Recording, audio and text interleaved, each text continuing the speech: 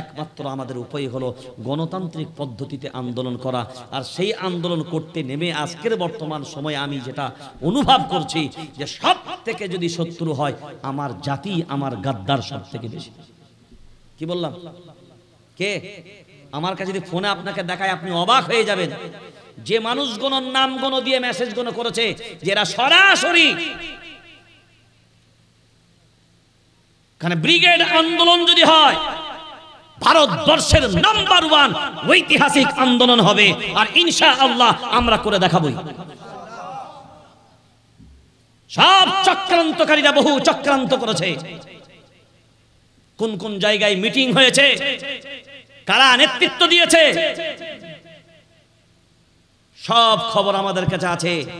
জাতির সামনে প্রকাশ করি না এই জন্যে যে বড় মুখগুলো জাতির সামনে প্রকাশ করে দিলে জাতি তাদেরকে চিহ্নিত করে ফেলবে। আমরা আল্লাহর সুপ্রিম কোর্টে মামলা দিয়ে দিলাম, আল্লাহ নিশ্চয়ই বিচার করবে।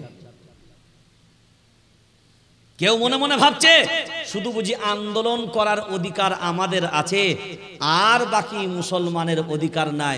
আন্দোলন করতে হলে আমরাই করব, আর বাকিরা করলে গ্রহণযোগ্য হবে না। আমরা করলে ইবাদত আর বাকিরা করলে পাপ। কথা বলেন, সেটাই তো হচ্ছে। বলছে ব্রিগেডে যাওয়া যাবে না,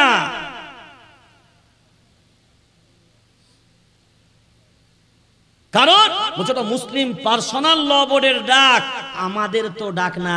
জাতি তো এইখানেই শেষ হয়েছে, জাতি এইখানেই শেষ হয়েছে। আমার ডাক হলে যাবে আর বাকিদের ডাকে যাবে না, এ তো মুনাফিকের কাজ হবে। কথা বলেন, কারা এগুলো? ন্যায় পক্ষে থাকার কথা আল্লাহর কোরআন বলেছে না? বলেন, এতক্ষণ শোনালাম সত্যের পক্ষে থাকার কথা। এখন বলেন এই আন্দোলন সত্যের পক্ষে না মিথ্যার পক্ষে? তো এর বিরোধিতা করে যারা, তারা কারা? ইমানওয়ালা তারা, ইমানের দাবি করে তারা।